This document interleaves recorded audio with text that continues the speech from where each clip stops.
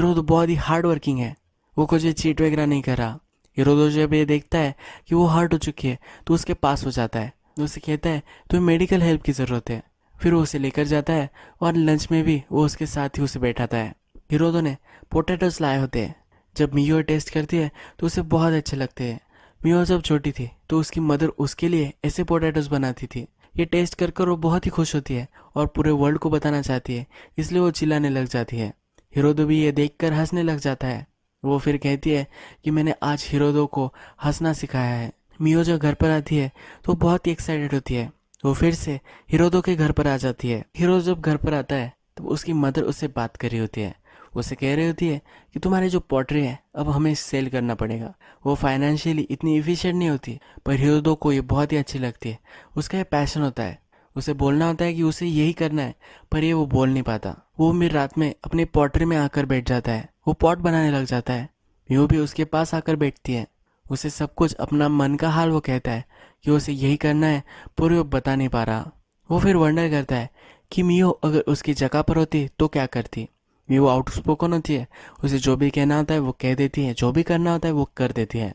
उसे लगता है कि अगर मियो उसकी जगह पर होती तो वो क्या करती। वो वंडर कर रहा होता है।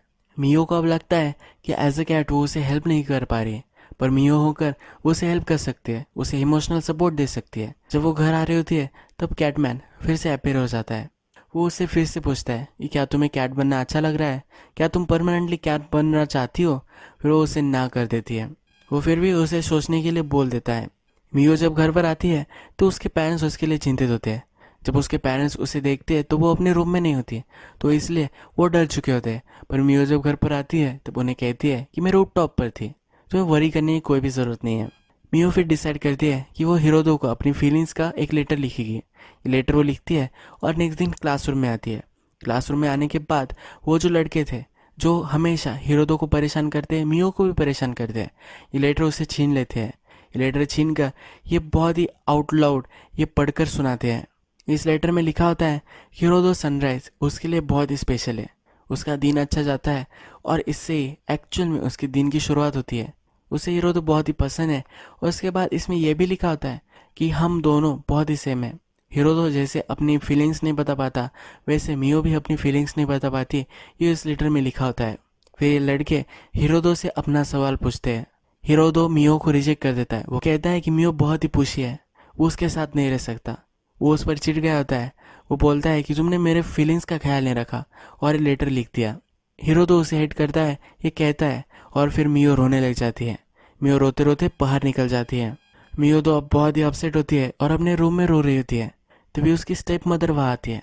उसकी स्टेप मदर उसे चाय के लिए बुला रही होती है, पर मियो उसके लिए मना कर देती है। मियो की स्टेप मदर अब उसे अपसेट देखकर उससे बात करती है। वो कहती है कि तुम्हें हमेशा स्माइल करते नहीं रहना है। तुम्हें अगर सैड लग रहा है तुम ये जता सकती हो। तुम जब मेरे पास होती हो तो प्रिटेंड करती हो, पर तुम्हें प्रिटेंड करने की कोई भी ज़रूरत नहीं है। मैं समझ सकती हूँ कि मेरे साथ होना तुम्हारे लिए हार्ड है। पर मियो अब उस पर चिढ़ जाती है। वो कहती है कि हमेशा मैं एंग्री ही रहती हूँ, इसलिए मैं अपनी फीलिंग्स को दबा देती हूँ और खुश रहने का ट्राई करती हूँ, और तुम मुझे ये भी नहीं रहने दे रही हो। फिर ये कहकर वो अपना मास्क लेती है और बैल्कनी से कूद जाती है। उसकी मदर उसे ढूंढती है, उसे वो ढूंढ नहीं पाती।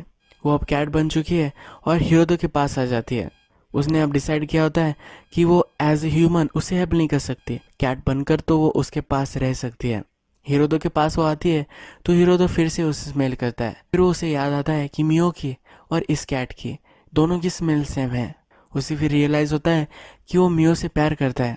ये बात अभी भी मियो को पता नहीं है। जब रात होती है तो हिरोदो के साथ ही वो सो जाती है। जब सुबह होती है तो कैटमैन वहाँ आ जाता है। वो उससे फिर से पूछता है क्या तुम अब रेडी हो, और मियो इस बार रेडी होती है। वो अपना ह्यूमन मास्क वही उतार देती है। फिर वो एक कैटमैन उससे कहता है कि अब तुम हमेशा के लिए कैट बन चुकी हो। ये जो मास्क होता है, इस मास्क से वो फिर से ह्यूमन बन सकती है, पर ये मास्क वो लेकर जा रहा होता है। मियो घर से निकल गई थी और रात भर वो वापस नहीं आई।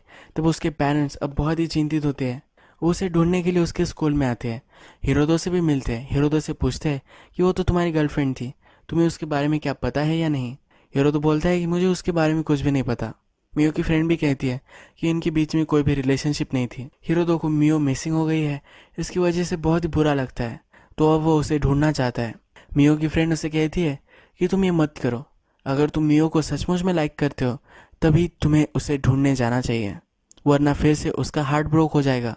ये वो नहीं चाहती। फिर वो उसे एक स्टोरी सुनाती है। वो कहती है कि मियो की मदर जब उसे छोड़कर चली गई थी तो वो हार्ट ब्रोकन थी। मैं उसके साथ हैंग आउट नहीं करती थी क्योंकि मेरी फ्रेंड्स मुझे रिस्ट्रिक्ट कर रही थी। तभी मियो ने मेरी फ्रेंड्स के साथ झगड़ा कर लिया था। वो मेरी फ्रेंडशिप पाना चाहती थी और फिर वो खुद रोने लग गई थी। वो वहाँ से भाग गई थी। मैंने ही उसे रोका था। वो बहुत ही फ्रैजिल है, हमें उसे समझ लेना चाहिए। वो टफ है ऐसा प्रिटेंड करती है, पर अपने मन में वो बहुत ही सॉफ्ट है। वो हमेशा लोगों का बहुत ही ख्याल करती है। अब हिरोदो को बहुत ही बुरा लगता है जब मियो के पेरेंट्स घर पर आते हैं तो मियो की